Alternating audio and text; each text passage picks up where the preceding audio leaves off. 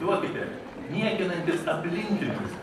Aš kaip voras musę apkabinu jį ir nešu ant altoriaus, pasakau, Dieve, šiandien tau atnešu kokį 10 000 tų musių, nusidėjėlių, netikinčių žmonių ir tai, žinokite, yra mūsų duona.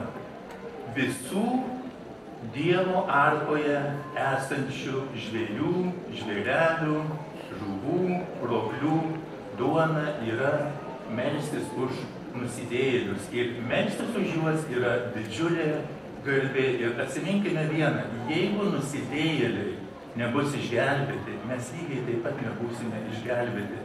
Mes būsime visi išgelbėti. Ar žinote naujieną? Tik tai niekam nesakykite, nes jūs būsite išmesti iš bažnyčios. Ateis laikas ir dėl jūsų visų maldų, dėl mūsų visų maldų, pragaras liks tuščias.